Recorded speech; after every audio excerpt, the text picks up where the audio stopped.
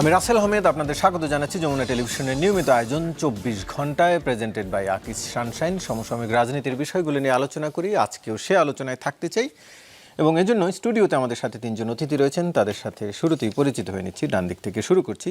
Doctor Sajidul হক রুবেল, সদস্য কেন্দ্রীয় committee বাংলাদেশের কমিউনিস্ট পার্টি, আপনাকে আলোচনায় স্বাগত। রয়েছেন জনাব মার্দিয়া মমতাজ, শিক্ষক ও গবেষক, আপনাকে আলোচনায় স্বাগত।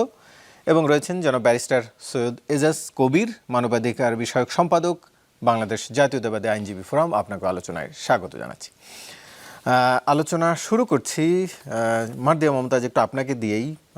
নির্বাচনী প্রচারণা শুরু হতে যাচ্ছে, রাত পেরোলেই, কাল থেকেই নির্ধারিত, কিন্তু এর আগেই বিভিন্ন জায়গায় নানান ধরনের প্রচারণা শুরু হচ্ছে। একটু আপনার কাছে জানতে চাই, যদি আমি গণমাধ্যম কর্মী, সাংবাদিক হিসেবে কোথাও তথ্য সংগ্রহ করতে গিয়ে ভোট চাই কারো পক্ষে, সেটা নিশ্চয়ই অনৈতিক, বেআইনিও বলে, আইনেও আছে। ইসলাম মসজিদে কোথাও আইন ভাঙা যাবে না, ভোট চাওয়া যাবে না, সেটি আইনেও বাধা আছে।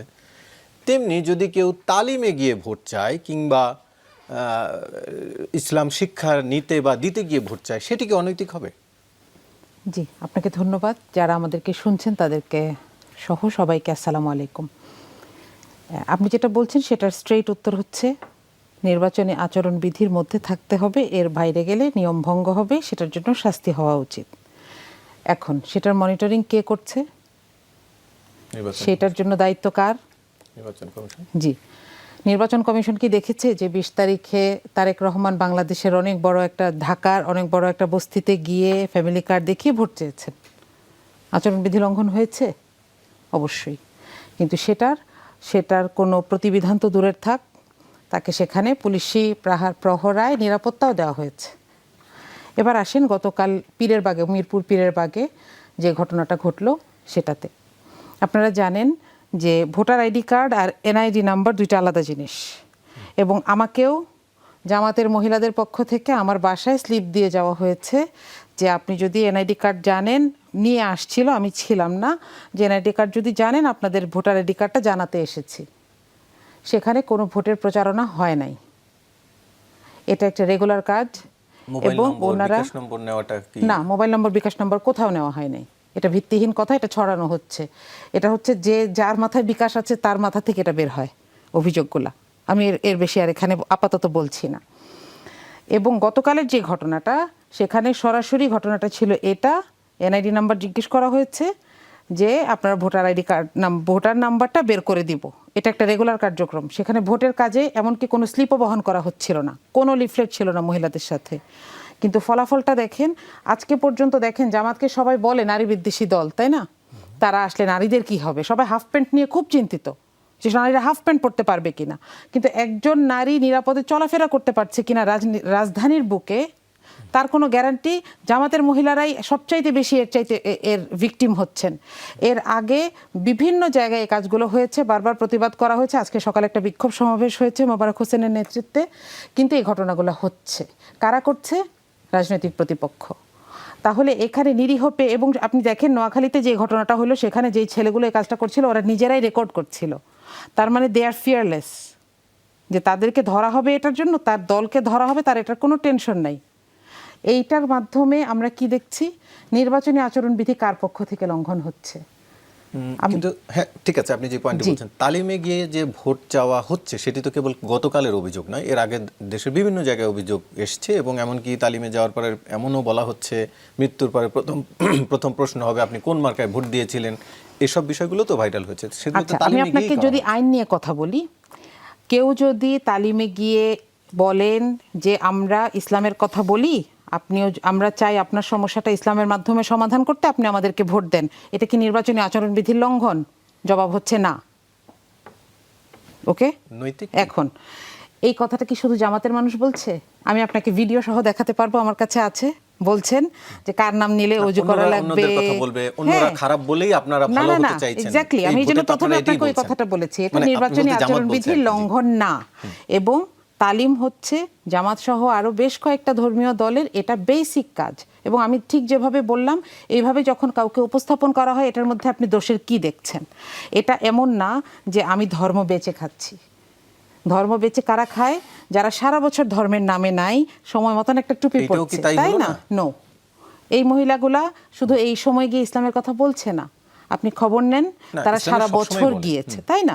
এই সময় তারা তাদের দলের কথা বলে ভোট চাইছে, এখানে আচরণবিধি লঙ্ঘন হলে বলবেন, শাস্তির মুখোমুখি হবে, হিসাব সহজ। কিন্তু এই কথাটা না বারবার বলা হচ্ছে, বারবার বলে যারা আসলে আচরণবিধি লঙ্ঘন করছেন তার সেগুলো আড়ালে পড়ে যাচ্ছে। আমি সবসময় আরেক দলকে নিয়ে চিন্তা করতে চাই না। আমাদের গতকাল যে পলিসি সামিট হয়েছে আপনারা দেখেছেন, we are very much busy with our policies, কিন্তু আমাদের টাইম নাই, কিন্তু we are being affected, right? We are being heated.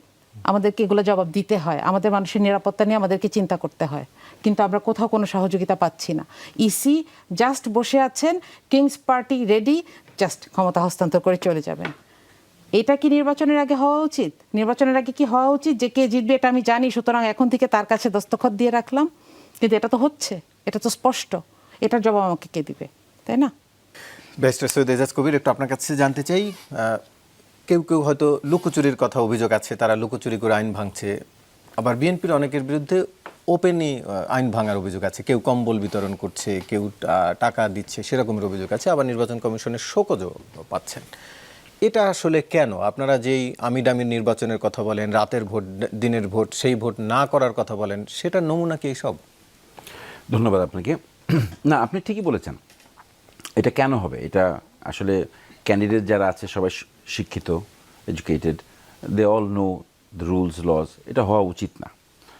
যারা করে ইসির বিরুদ্ধে তাদের নেওয়া উচিত, তাদের যথাযোগ্য আইনানুগ ব্যবস্থা নেওয়া উচিত। আর আমার আপা যে কথাটা বলছিলেন আমাদের নেতা তারেক রহমানের সম্বন্ধে, আমি স্পষ্ট করে বলতে পারি যে ওনার যেই অনুষ্ঠানটা নিয়ে কথা বলেছেন ওখানে উনি কোনো ভোট চাননি। আর আরেকটা হিসাব হলো যেটা, সেটা হচ্ছে যে আপনি অনেকগুলি কথা বলেছেন যে দের বিং হেট, নারী নেতৃত্ব নিয়ে অনেক কথাবার্তা আছে, ধর্ম বেঁচে খাওয়ার হিসাব আছে, কিংস পার্টির কথা বললেন। আমি ধরে নিচ্ছি স্বাভাবিকভাবেই যে সবাই যেরকম মনে করছেন ওনারা হয়তো মনে করছেন যে বিএনপি বোধহয় ক্ষমতায় চলে আসলো। আসলে ঘটনাটা সেরকম না। ইলেকশনটা হওয়ার পর বোঝা যাবে। তো আমাদের নেতা তারেক রহমান দেশে আসার আগে অনেক দলেরই যে অবস্থান ছিল, মনস্তাত্ত্বিক যে অবস্থানটা ছিল, তা আমাদের নেতা আসার পরে সেই মনস্তাত্ত্বিক জায়গাটা নাই। আমার মনে হয় কোনো একটা হীনমন্যতার জায়গাটার থেকে সেই প্রশ্নগুলি আসছে, যে সাইকোলজিক্যাল ফিয়ার, সাইকোলজিক্যাল এফেক্ট। আর আরেকটা হলো যে ওই যে নারীদের প্রতি যে ধর্ষণের কথা বললেন, যে এখন আল্লাহ মাফ করুক, আমি বা অন্য কেউ একজন এরকম কোনো অপরাধের সঙ্গে যদি আমি জড়িত হই, এর জন্য কোনো দল দায়ী হবে না। ব্যক্তি অপরাধ করেছে, ব্যক্তি অপরাধী হবে। এবং সেই অপরাধী আবার আপার কথা যদি ঠিক হয়ে থাকে, নিজে ভিডিও করছে, তার মাইন্ডে কি, তার হয়তো কোনো সাইকোলজিক্যাল প্রবলেম আছে, অথবা he is fearless, he thinks he is above the law. But that doesn't mean যে উনি দলের হয়ে গেছে দেখে এই দলটাই কাজ করতেছে। বরঞ্চ দলেকে কমপ্লেন করলে দল দেখবে, বা এটা যদি পার্সোনাল অ্যাফেয়ার্স হয়ে থাকে সেটা পার্সোনালি দেশের আইন আছে, আইন অনুযায়ী হবে।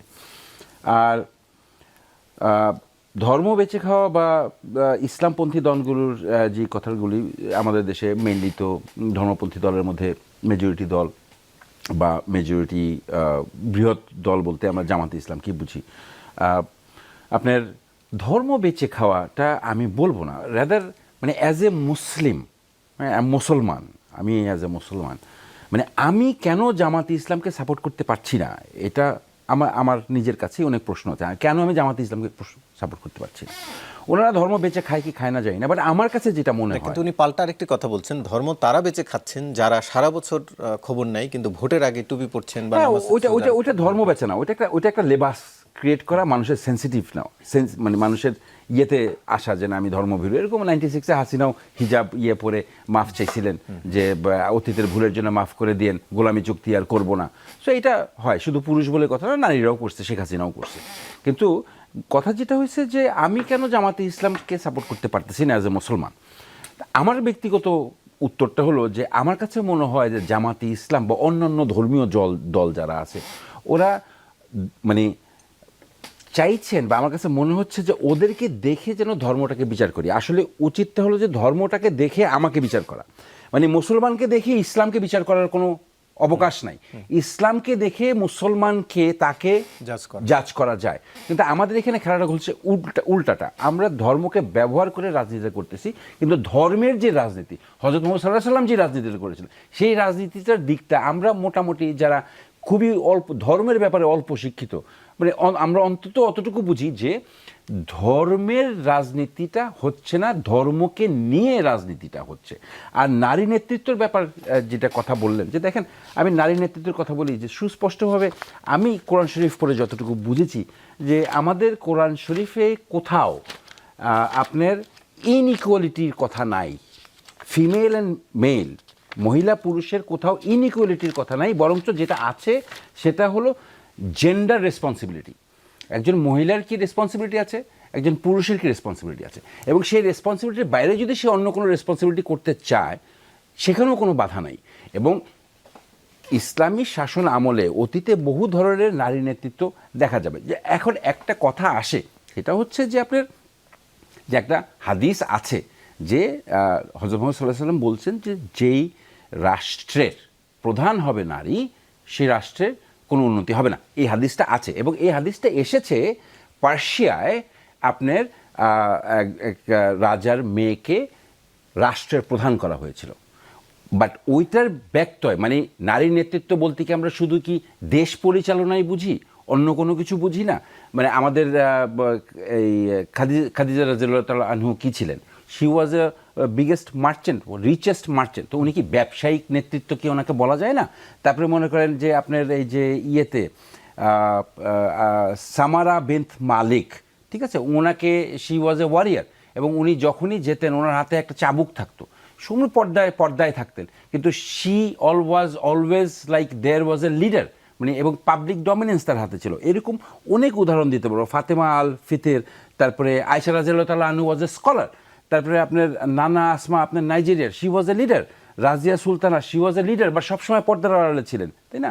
সো নারী নেতৃত্বর বেলায় জামাতে ইসলাম বা ইসলামপন্থী দলগুলি নিজেরাই পরিষ্কার করে নারীদের অধিকার বা নারীরা যে নেতৃত্ব দিতে পারে বা ঐতিহাসিকভাবে ইসলামে নারীদের কি অধিকার আছে, এগুলাই তারা নিজেরাই তো ব্যাখ্যা করছে না।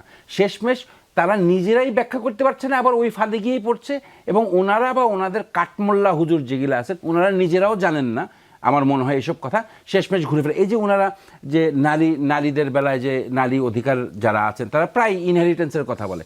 আরে ভাই, তুমি যদি লা ইলাহা ইল্লাল্লাহ কলমা পড়ে তুমি মুসলমান হয়ে তুমি যদি বিয়ে করো, তো তুমি মুসলমানের আইন মানবা। তুমি যদি মুসলমানের আইন না মানো, তুমি যদি হিন্দু হয়ে বিয়ে করো, তুমি হিন্দু আইন মানবা। তুমি যদি খ্রিস্টান হয়ে বিয়ে করো, তুমি খ্রিস্টান আইন মানবা। আর যদি তুমি কোনো আইনই না মানো, তাহলে তো সেক্ষেত্রে তুমি যে নাস্তিক, সেটার সেই বন্দোবস্ত আমাদের দেশে আইন আছে, তাহলে তোমার ইনহেরিটেন্স ল সেইভাবে হবে।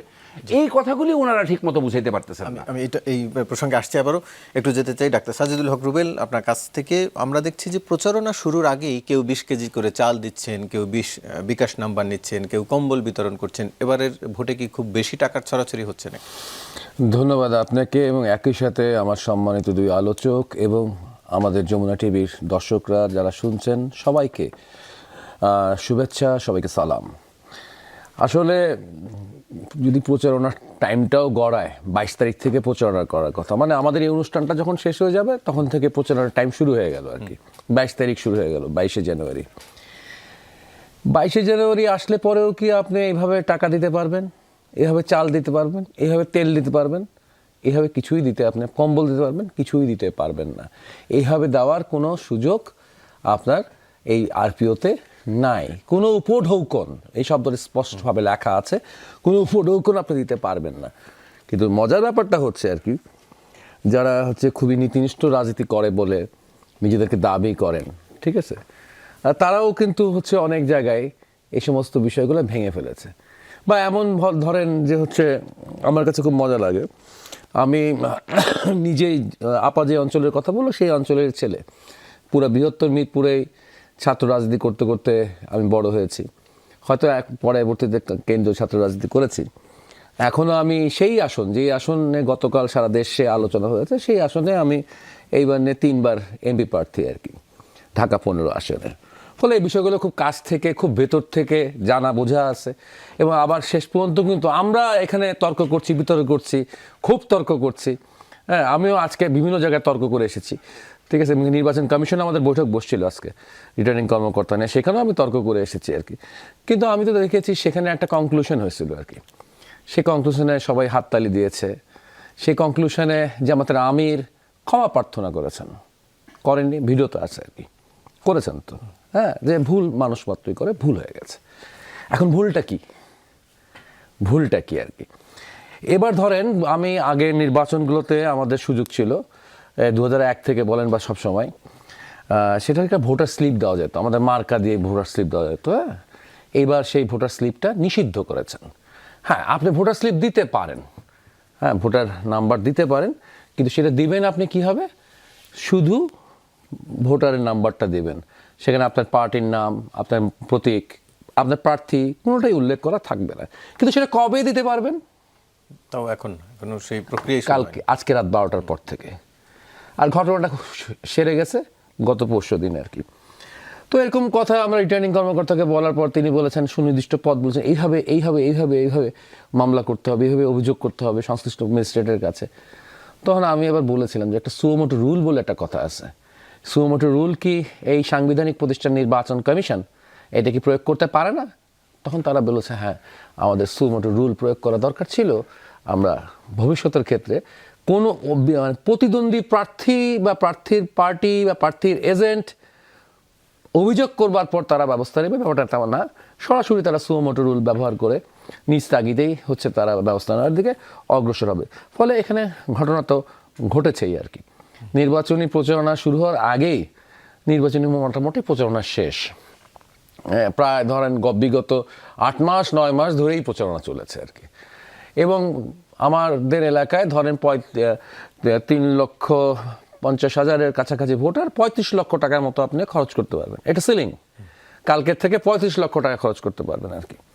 কিন্তু আমাদের খুব মজা হচ্ছে, আপনি আমাদের এলাকার যে কোনো মানুষকে জিজ্ঞেস করবেন, বলবে তো ইনি তো 3.5 কোটি টাকা, উনি তো 3 কোটি টাকা খরচ করে ফেলছে। এত বিরাট বিরাট বিশাল বিশাল বিলবোর্ড, রঙিন রঙিন রঙিন রঙিন পোস্টার, ঠিক আছে, এইটা তো অলরেডি খরচ হওয়া শেষ। এখন হচ্ছে একটা আনুষ্ঠানিক খরচে আবার নামবে, ব্ল্যাক অ্যান্ড হোয়াইট খরচে, সাদা কালো এবং কাপড়ের তৈরি ফেস্টুন এখন আসবে, কাপড়ের তৈরি ব্যানার এখন আসবে, সেই ডিজিটাল প্যানাফ্লেক্স ব্যানার না। এখন আবার একটা নতুন একটা আইন মেনে আবার কিছু টাকা খরচ করতে হবে আর কি এখন। আর বেআইনি খরচ আগেই সম্পন্ন হয়ে গেছে। এই বেআইনি খরচের যে প্রতিযোগিতা, এই প্রতিযোগিতায় পলিটিক্যাল ইসলামিস্ট পার্টির বলেন বা একটা নর্মাল সেকুলার পার্টি বা একটা ন্যাশনালিস্ট পার্টি বলেন, তাদের মধ্যে খুব বেশি পার্থক্যের বিষয় নাই আর কি, ঠিক আছে। তবে তো একজন ন্যাশনালিস্ট বা সেকুলার, সে তো হচ্ছে in the name of religion politics করেন না, হ্যাঁ, কিন্তু যিনি in the name of religion মানুষের কাছে যায় এবং পলিটিক্স করে, তাদের রেসপন্সিবিলিটি অ্যান্ড লায়াবিলিটিসটা অন্যরকম হয়। যদিও আমি একটা শব্দ উচ্চারণ করেছি, দিস ইজ পলিটিক্যাল ইসলাম। এই ইসলাম সেই ইসলাম না। 16 কোটি মানুষ আমরা যে ইসলাম পালন করি, ঠিক আছে, আর কয়েক লাখ থাকতে পারে রোকন কর্মী সমর্থক নিয়ে, তাদের ইসলামটি হচ্ছে political Islam, different version of Islam, different version of Islam. তো যাই হোক, সেক্ষেত্রে আমাদের একটু বলা দরকার আছে। যখন আপনারা বলেন অনেক সময় মিডিয়াতে ইসলামপন্থী, ইসলামপন্থা, তাহলে আমরা কারা? বাকি 16 কোটি মানুষ কারা? 18 কোটি মানুষ, 2 কোটি মানুষ আপনাদের দিয়ে দিলাম, বাকি 16 কোটি মানুষ কোথার থেকে আসলো? তাদের ধর্মবিশ্বাস কি? তারাও তো হচ্ছে মুসলমান। তাদের ধর্মবিশ্বাসের সাথে আপনার ধর্মবিশ্বাসের পার্থক্য কোথায়? আপনার পলিটিক্যাল পার্টি করতে হবে, আর তাদেরটার মধ্যে পলিটিক্যাল পার্টি করতে হবে না। In the name of political Islam political party তারা করেন না, তাই বলে তারা কি মুসলিম না? শুধুমাত্র কয়েক লক্ষ জামাত ইসলামের রুকন কর্মী সমর্থক এরাই মুসলিম, আর বাকি আমরা সব হচ্ছে ফেক মুসলিম বা বোকা মুসলিম, আধা মুসলিম? নো। বাংলাদেশের মানুষ হিস্টোরিক্যালি বহু বছর ধরে, শত বছর ধরে ইসলামকে সাধনা করতে আসছে। হতে পারে আমাদের ডিগ্রি সার্টিফাইড নাই, আমরা অন্য পড়াশোনা করেছি, আধুনিক পড়াশোনা করেছি, মাদ্রাসায় পড়িনি, হতে পারে, কিন্তু একদম ছোটবেলার থেকেই তো পারিবারিক শিক্ষায় শিক্ষিত এসেছি আমরা, হচ্ছে শিক্ষায় শিক্ষিত এসেছি আমরা, আমাদের পারিবারিকভাবে ধর্মীয় শিক্ষায় শিক্ষিত হয়ে এসেছি, এবং আমাদের তো চোখ আছে, আমাদের বুদ্ধি আছে, আমরা তো যে কোনো কিছু বাংলা অনুবাদ পড়তে পারি আর কি। অনুবাদ তো খুঁজি, কোরআন শরীফ তো খুঁজি, ঠিক আছে, কোরআন শরীফ খোঁজার চেষ্টা করি, ইসলামী রাজনীতি শব্দটি খোঁজার চেষ্টা করি, খুঁজে পাই না তো কোরআন শরীফে কোথাও, ঠিক আছে।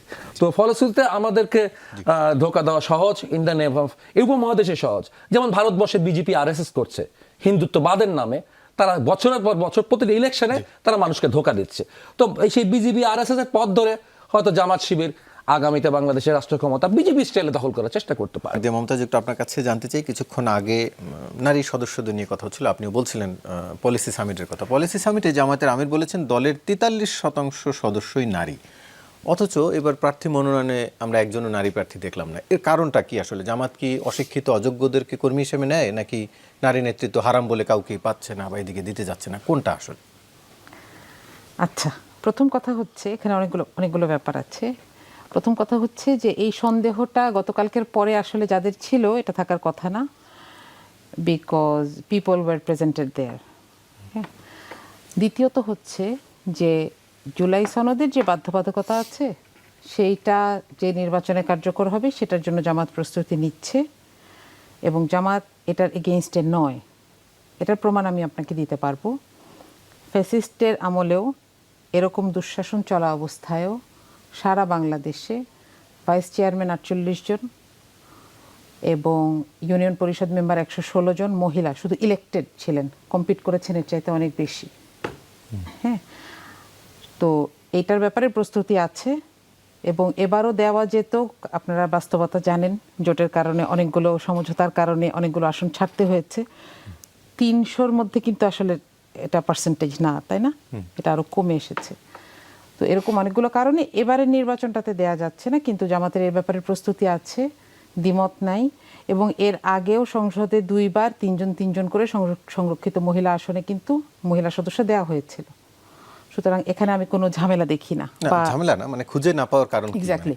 তো এবারে নির্বাচনে না দেওয়ার তো আসলে অনেকগুলো কারণ আছে।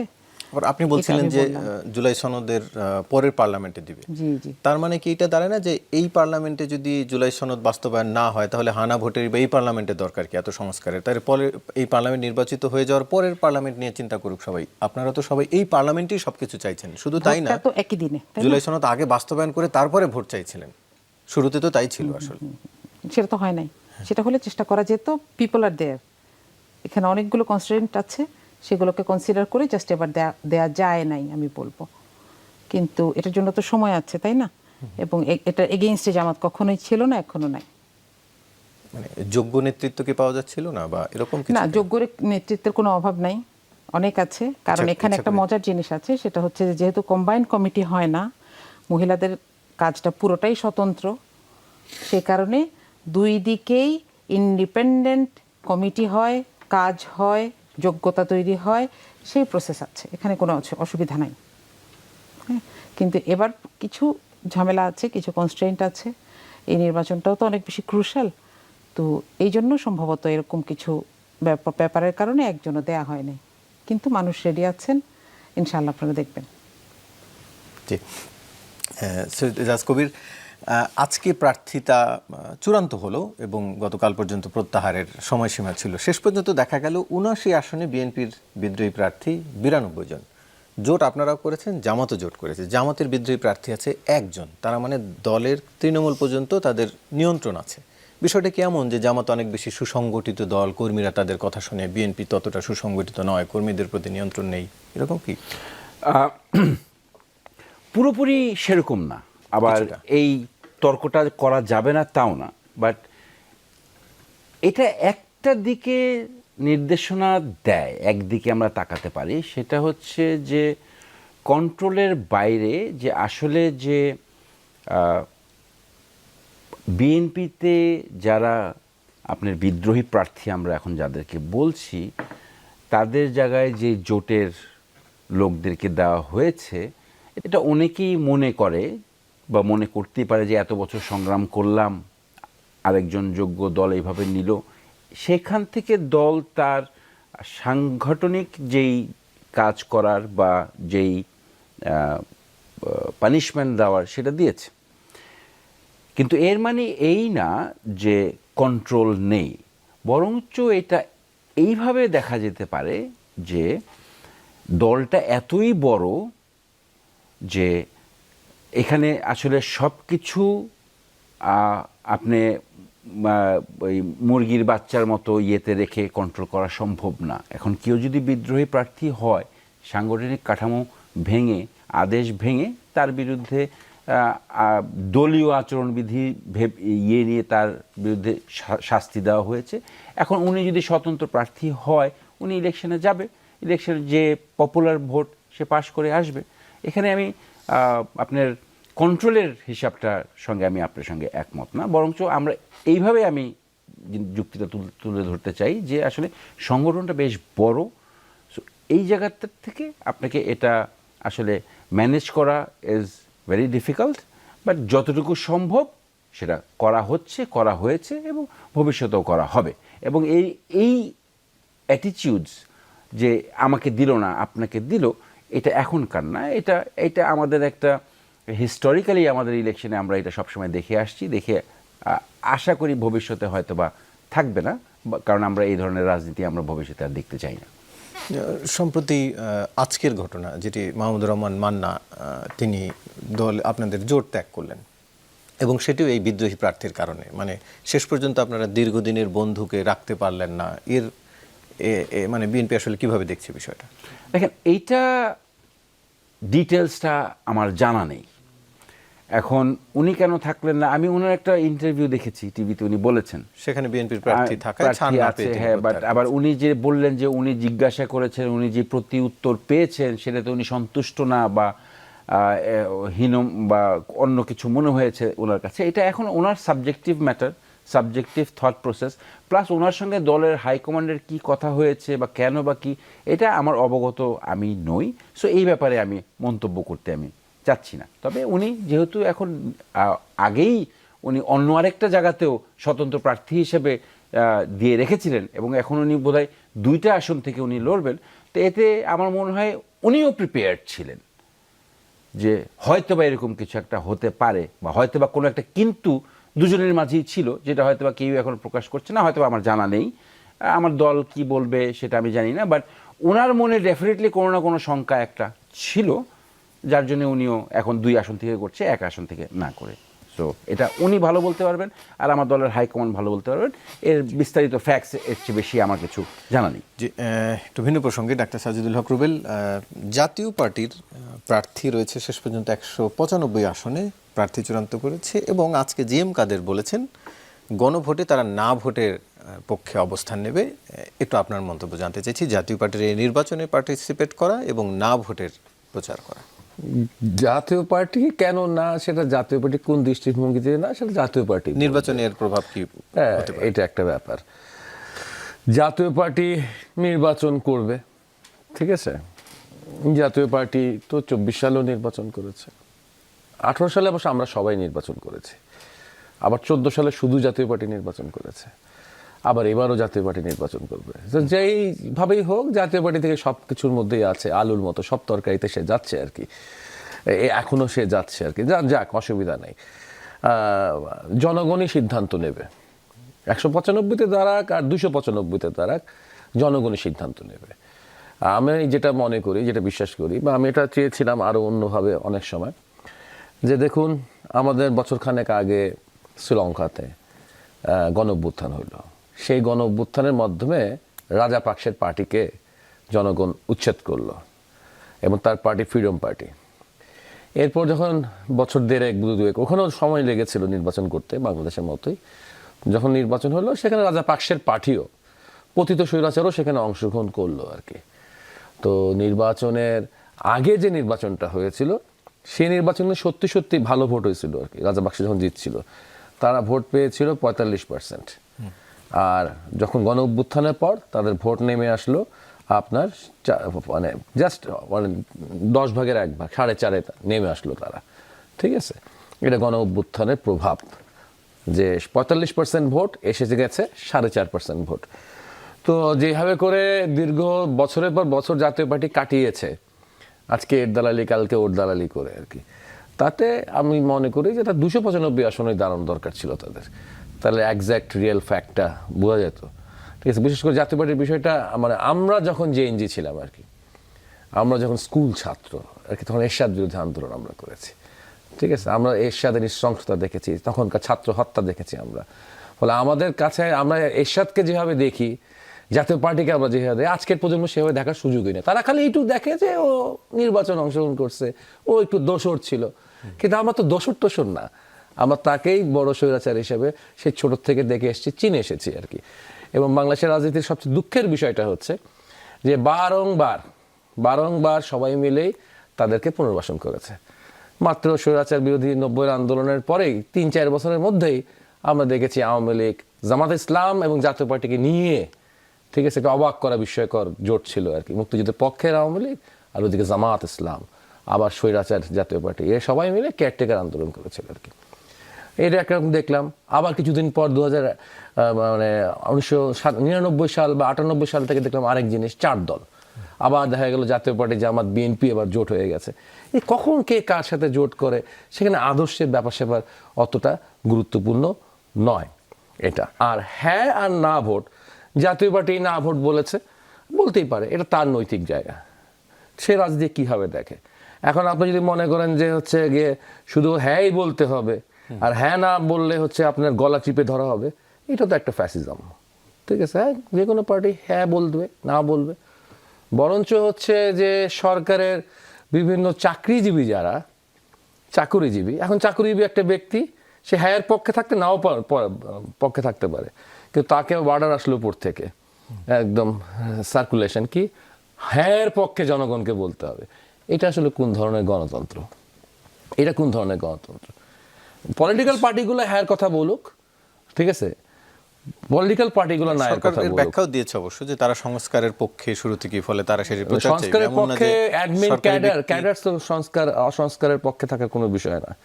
ব্যাংকের যারা কর্মকর্তা, ব্যাংকের যারা কর্মচারী, তারা পক্ষ বিপক্ষের ব্যাপার না আর কি, ঠিক আছে। তিনি তো ভোট দিতে পারবেন তার মত অনুযায়ী। গভর্নমেন্টটা হচ্ছে বলা হয় নির্দলীয়, নিরপেক্ষ, তো তার তো সেই জায়গাটা একটু বজায় রাখা দরকার আছে, সে ভিতরে একটা পলিটিক্স অবশ্যই ধারণ করে, কিন্তু একটা তো ফর্মালিটিস আছে আর কি, তার তো সেটা বজায় রাখতে হবে, সেটা নিরপেক্ষ। তারা সংস্কার বা এই নতুন সরকারের বেস তো সেখানে, সেই জন্য তারা এই সংস্কারের পক্ষে। সংস্কার কি হচ্ছে এই সরকারের বেস, না এই সরকারের প্রোডাক্ট হচ্ছে সংস্কার? Product not base. কিন্তু আন্দোলনের প্রেক্ষাপটে তাদের আন্দোলনের প্রেক্ষাপট, কিন্তু আন্দোলনের সময় হচ্ছে সেই ছাত্রটি সংস্কার চাই বলে বুকের মধ্যে গুলি বরণ করে নেয় নাই, এটা একটু মাথায় রাখতে হবে। তার চেয়ে বরং দীর্ঘদিন ধরে, ঠিক আছে, রাজনৈতিক দলগুলো নিরপেক্ষ তত্ত্বাবধায়ক সরকারের অধীনে নির্বাচন দাবি করেছিল। আজ একটা নিরপেক্ষ নির্বাচন অনুষ্ঠিত হওয়ার সম্ভাবনা তৈরি হয়েছে। সরকারকে ওই যে নিরপেক্ষতার দাবি আমরা করেছিলাম 1 যুগ ধরে আন্দোলনে, সেই নিরপেক্ষতাটা বজায় রাখতে হবে সরকারকে। মার্জিয়া মমতাজ, একটু আপনার কাছ থেকে জানতে চাই, হেফাজতের আমির একটি মন্তব্য করেছেন, জামাতের সঙ্গ ত্যাগ করায় চরমনাইর পীরকে তিনি অভিনন্দন জানিয়েছেন। তো আপনার কাছে জানতে চাই যে ইসলামী ভোটকে, যেদিন নিয়ে অবশ্য রুবেল ভাই এর আগেই অভিযোগ জানিয়েছেন যে ইসলামী ভোট বলা ঠিক হবে না, ইসলামী ভোটকে এক বাক্সে নেয়ার যে পরিকল্পনা ছিল জামাত বা এই জোটের, সেটাতে এর আগে চরমনাই সরে গেলেন। হেফাজতের একটা বড় অংশ আছে আমরা জানি, তাদের উক্তিও ভিন্ন বার্তা দেয়। তার মানে এই চেষ্টাটা কি ব্যর্থ হলো শেষ পর্যন্ত? আচ্ছা, এখানে একটা অ্যাজাম্পশন আছে যে ইসলাম প্রিয় মানুষের সবগুলো ভোট এক বাক্সে নেওয়ার একটা নিয়ত ছিল কি না, আমি বলবো এটার জবাবটা হচ্ছে না। বিএনপির সাথেও একটা ইসলামপন্থী দল আছে, আর যদি ওইটাই থাকতো তাহলে জামাত, এলডিপি কিংবা এনসিপির সাথে যেত না। ওকে, তাহলে এই অ্যাজাম্পশনটাকে আমি না বলেই কথা শুরু করি। দেখেন ভাই যেটা বলছিলেন, এই কথাটা খুব ভ্যালিড, এবং আমি এবং উনি দুইজনেই এমন একটা ফিলসফি, পলিটিক্যাল ফিলসফিকে নিয়ে কথা বলি। We have got a philosophy, right?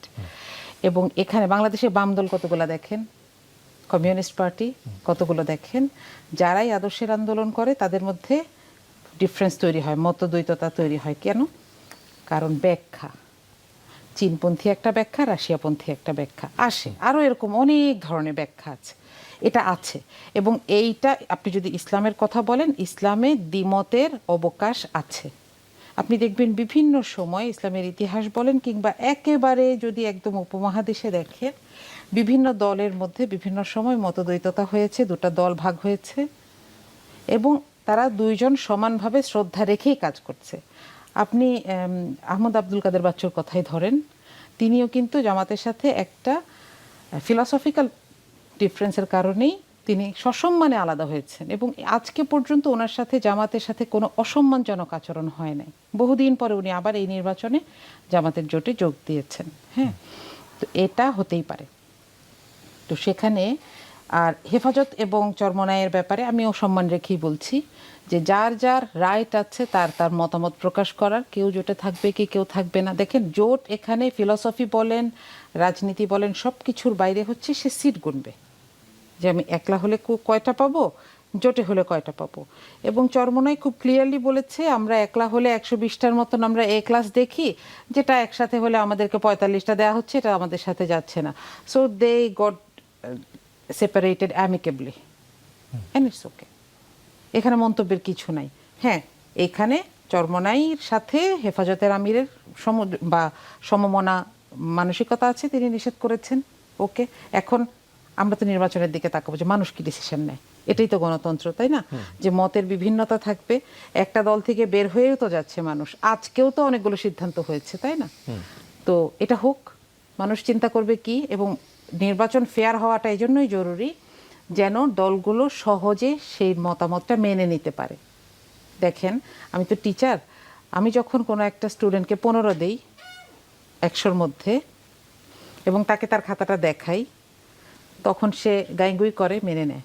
এমনিতে কিন্তু ওদের মধ্যে একটা নোশন আছে, ওরা কি বলে, পাশ করলে বলে যে ধরেন A+ পেলে বলে আমি A+ পেয়েছি, আর যদি D পায় বলে কি ম্যাডাম D দিয়েছে।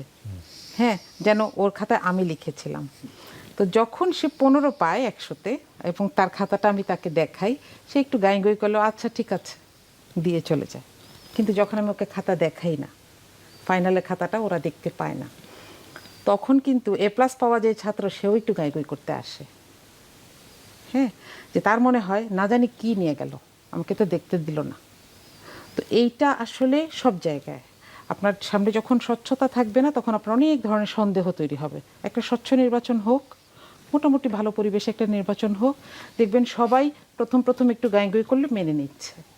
কিন্তু যখন এরকম হবে যে নির্বাচনটা প্রশ্নবিদ্ধ, সেরকম কোনো আশঙ্কা কেন্দ্র আছে? দখল হচ্ছে, কেন্দ্র দখল হচ্ছে, মারামারি হচ্ছে, একটা দল নিজের মধ্যেই মারামারি করছে, মানুষের সাথে কি করবে এটা আমরা জানি না তো আসলে, তাই না? আপনি দেখেন শাকসুর নির্বাচনটা বিনা কারণে আবদার করে হাইকোর্টকে দিয়ে বা কোর্টকে দিয়ে বাতিল করানো হইলো, তাই না? তো এগুলোতে তো আমাদের সন্দেহ আসে, আমাদের আশঙ্কা আসে। আমি বলছি যে এখানে এক দল যদি ভেঙে 24টাও হয়, গণতন্ত্রের তাতে কোনো অসুবিধা নাই, বরং গণতন্ত্র এটাকে এনকারেজ করে যে হ্যাঁ, যদি 10 জন স্বতন্ত্র প্রার্থী দ্বারায় অসুবিধা নাই, কিন্তু এখানে ইস্যুটা হচ্ছে 12ই ফেব্রুয়ারিটা একটা ফেয়ার অ্যান্ড ফ্রি ইলেকশন হচ্ছে কিনা, সবাই সমান সুযোগ পাচ্ছেন কিনা। ভাই আরেকটা কথা বলছিলেন, খুবই ইম্পর্টেন্ট, কে কতটুকু খরচ করছে, এটা নির্বাচন কমিশন স্বপ্রণোদিত হয়ে এনকোয়ারি এবং ইউজ করছে কিনা, এগুলো আমরা দেখব। এগুলো আমাদের টেনশন না, কে কি বলছে। জি, রুবেল ভাই, একটু আপনার কাছ থেকে জানতে চাই, একটা দলের প্রসঙ্গ নিশ্চয়ই আমি জানতে চাইবো এজাজ কবির ভাইয়ের কাছে, তবে তার একটু রুবেল ভাইয়ের কাছে জানতে চাই, উপদেষ্টা সৈয়দা রেজওয়ানা হাসান আজকে একটি মন্তব্য করেছেন, স্বৈরাচারের প্রেতাত্মারা আগামী নির্বাচনকে বিতর্কিত করার চেষ্টা করছে।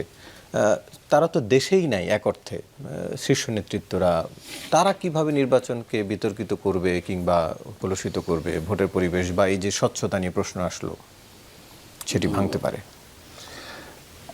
আমাদের দেশের টিপিক্যাল পলিটিশিয়ানদের একটা কিছু টেকনিক আছে আর কি। সেই টেকনিকটা কি? Blame game.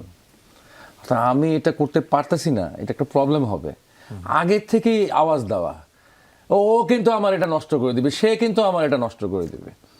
তো ইট মে বি সেই যে টিপিক্যাল রাজনীতিবিদদের যে ব্লেম গেম, সেই ব্লেম গেমের প্র্যাকটিস করছেন 18 মাস থেকে থেকে তিনিও নন পলিটিক্যাল থেকে টিপিক্যাল পলিটিশিয়ানে রূপান্তরিত হচ্ছে। এটা একটা সাইড, একটা ডাইমেনশন, বাট এটাই মূল ডাইমেনশন না, এটা বলে রাখলাম, এটাও একেবারে ফেলে দেওয়ার মতো না। দ্বিতীয় যে বিষয়টা হচ্ছে সেটা হচ্ছে যে প্রেতাত্মা বলতে উনি কি বুঝাইছেন সেটা তো পরের ব্যাপার, তবে এটা তো ঠিক যে আওয়ামী লীগ দেশের বাইরে থেকে, আওয়ামী লীগের নেতৃত্ব অনলাইনে হোক, বিভিন্ন অনলাইন টক শোতে তাদের অনেক হচ্ছে তাদের সমর্থক বুদ্ধিজীবীরা তো অনলাইন টক শোতে, বিভিন্ন টক শোতে আলোচনা করছেন। নানা আলোচনা করার মধ্য দিয়ে তারা কিন্তু বলছেন এই ইলেকশনটাকে বর্জন বয়কট করার জন্য। তো এরকম একটা মানে তাদের একটা ড্রাইভ থাকবে আর কি, যে ইলেকশন যেন মানুষ ভোট দিতে না যায়, এটা একটা ড্রাইভ থাকবে আর কি। তবে আরেকটা কথা আর কি, আবার শেষের যে অংশটা বলি, যে ইলেকশন বিতর্কিত আসলে কিভাবে হতে পারে এবং কোন কোন ফাঁক ফোকর দিয়ে আমার ইলেকশন বিতর্কিত হবে, সে ফাঁক ফোকরগুলো নিশ্চয়ই আমাদের কাছে ইতিমধ্যে পরিষ্কার। তার মধ্যে সবচেয়ে বড় ফোকরটা হচ্ছে আইন শৃঙ্খলা পরিস্থিতি। প্রতিদ্বন্দ্বিতা তো থাকবেই, ইলেকশনের সময় তার খুব কম্পিটিশন, সব সময় থাকবে, সব যুগে সব দেশে আছে, পৃথিবীর বিভিন্ন দেশেগুলো আছে, কিন্তু সেখানে একটি শক্তিশালী আইনি ব্যবস্থা আছে। বাংলাদেশে সে আইনি ব্যবস্থাটা নাই। আপনি একটা কথা বলেছেন শাকসু ইলেকশন নিয়ে, যে আদালতকে দিয়ে বন্ধ করাই দিছে। তার মানে বাংলাদেশে আদালত সে জায়গায় চলে এসছে যে কতিপয় ছাত্র ইচ্ছা করলে আদালতকে দিয়ে এধার উধার করে ফেলতে পারে। আমি জানি it's not a condemn of court, maybe ঠিক আছে, কোর্ট অনেক উদার হতে পারে, বাট এটাও তো একটা ব্যাপার, জনগণের মধ্যেও প্রশ্ন আসতে পারে যে আদালতকে এত দুর্বল হয়েছে। তো যেখানে আপনার আইনের শাসন এত দুর্বল হয়ে যায়, সেখানে তো ভাই হলো প্রেতাত্মা আসা লাগবে না আর কি, শিশুরাও এসেও হচ্ছে এই নির্বাচনকে বিতর্কিত করে দিয়ে যাবে আর কি। এজাজ কবির ভাই, একটু আপনার কাছ থেকে জানতে চাই, যেটা আপা বলছিলেন নিজেদের মধ্যেই মারামারি করছে যে দল, সেখানে অন্যদের সাথে তো হতেই পারে, তো আপনার মন্তব্য। দেখেন, যে কোনো কিছু নিয়ে তর্ক, কুতর্ক, বিতর্ক করা খুব সহজ। এটা মানে আমাদের দেশে তো একেবারেই সহজ। এখন আপা কয়েকটা কথা তুলছেন, তার সঙ্গে একটা কথা তুলেছেন স্বচ্ছতা, একটা কথা তুলেছেন আশঙ্কা, আরেকটা কথা তুলেছেন সমান সুযোগ। আরেকটা কথা হলো যে আপনি যেটা তুলেছেন সেটা হচ্ছে ইসলামী ভোট। আমি এখন ইসলামী ভোট থেকে আসি আর কি। ইসলামী ভোট বলে বাংলাদেশে কোনো ভোট নাই। ইসলামী দলের সমর্থকদের ভোট থাকতে পারে, সেটাকে যদি আপনি ইসলামী দলের ভোট বলেন তাহলে ঠিক আছে। আর যদি ইসলামী ভোট বলেন তাহলে আমাদের দেশে মেজরিটি আমরা সব মুসলমান, তাহলে আমরা সবই ইসলামী ভোট ভাই, তাই না? হিন্দু ভোট, মুসলমান ভোট, খ্রিস্টান ভোট, তো সেটা আসলে সাজে না। এখন আমি অনেক সময় কথায় কথায় দুষ্টামি করে বলি যে এই ইসলামী দলগুলোর যতগুলি সমর্থক অতগুলি ভোট, এর বাইরে তাদের সমর্থকও নাই, কর্মীও নাই। হ্যাঁ, তো ওই জায়গা থেকে যে স্বচ্ছতা এবং আশঙ্কার জায়গা থেকে আসি, সেই জায়গা থেকে আমি ব্যক্তিগতভাবে মনে করি যে আসলে আমরা আসলে আশঙ্কাতে আছি।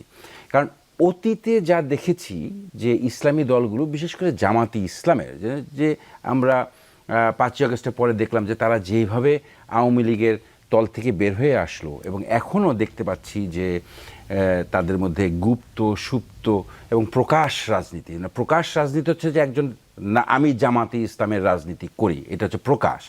আর গুপ্ত হলো যেটা 5ই আগস্টের পরে দেখলাম, তার এর সুপ্ত মনে হয় কিছু আছে, যে স্লিপিং স্নাইপারসরা, অ্যান্ড এরা কোথায় কোথায় আছে উই ডোন্ট নো, এই ইলেকশনের পরে হয়তো বা বুঝবো। তো এই জায়গার থেকে আমি মনে করি যে রাজনৈতিক দল, রাজনৈতিক পরিবেশ এবং দেশের জনগণ সবাই আসলে একটা আশঙ্কায় আছে, একটা শঙ্কিত হচ্ছে। এই যে মাঝে মাঝে আমরা প্রশ্ন ওঠে না যে নির্বাচন কি আদৌ হবে, আসলে সন্দেহগুলি এখান থেকেই আসে, যে আসলে যে নির্বাচন নিয়ে আসলে ঘটনাটা কি হচ্ছে, কি আরেকটা জায়গা থেকে আসে কথা উঠে, সেটা হচ্ছে যে এতদিন পরে নির্বাচন হচ্ছে, একটা সুষ্ঠু নির্বাচন হতে যাচ্ছে, এটা অবিশ্বাস্য। কারণ দীর্ঘ 17 বছর আমরা যে নির্বাচন দেখছি, আমরা সেই নির্বাচন আশা করছি না, এবং একটা আমাদের আশা মতো নির্বাচন যে হতে যাচ্ছে, ওখান থেকে অনেক সময় প্রশ্নটা জাগতে পারে। আর আপনার সমান সুযোগের কথাটা যদি বলি, সেই জায়গাটাতে হচ্ছে যে ইসলামী দলগুলোর কথা যদি বলি, আপনি ধরেন জাতীয় পার্টির কে নেতা, জাতীয় পার্টির কখন কি কমিটি, বাম দলগুলির কখন কি কমিটি আছে, বিএনপি কি কমিটি আছে, আওয়ামী লীগের কি কমিটি আছে, কিন্তু আমরা জামাতে ইসলাম সম্বন্ধে আমরা কিছু জানি না। এই যে রাকসু, চাকসু, শাকসু যাই বলেন, আলটিমেটলি সাধারণ ছাত্রর লেবাসে তারা পরবর্তীতে বের হয়ে আসছে শিবির। তো তাদের শিবির বলে রাজনীতি করতে সমস্যাটা কোথায়? জামাত বলে রাজনীতিটা করতে সমস্যাটা কোথায়? তাদের এই ফিলসফির সাথে বাংলাদেশের রাজনীতি বা বাংলাদেশের পৃথিবীর কোথাও কোনো রাজনীতি যায় না। এখন এটা থেকে যদি বলে কৌশল, এটা একটা কূট কৌশল, এটা একটা প্রতারণার কৌশল, এটা হতে পারে না। কারণ আমি বিএনপি করি, উনি আওয়ামী লীগ করে, আপনি জামাত করেন, এটা যদি আপনি না বলতে পারেন, এবং আপনি জামাতের মতো লোক হয়ে আমার ভিতরে বসে থাকবেন, ওনার ভিতরে বসে থাকবেন, এটা রাজনীতি হতে পারে না। সো আমি মনে করি যে জামাতের এই জায়গাটাতে স্বচ্ছতা আনা উচিত। এই ইসলামিক দলগুলি সবগুলির এই জায়গাটাতে স্বচ্ছতা আনা উচিত। যে আলোচনায় অংশ নেওয়ার জন্য আপনাদের তিনজনকে ধন্যবাদ জানাচ্ছি। দর্শক, এই ছিল আজকের 24 ঘন্টার আয়োজন। সাথে থাকার জন্য ধন্যবাদ সবাইকে।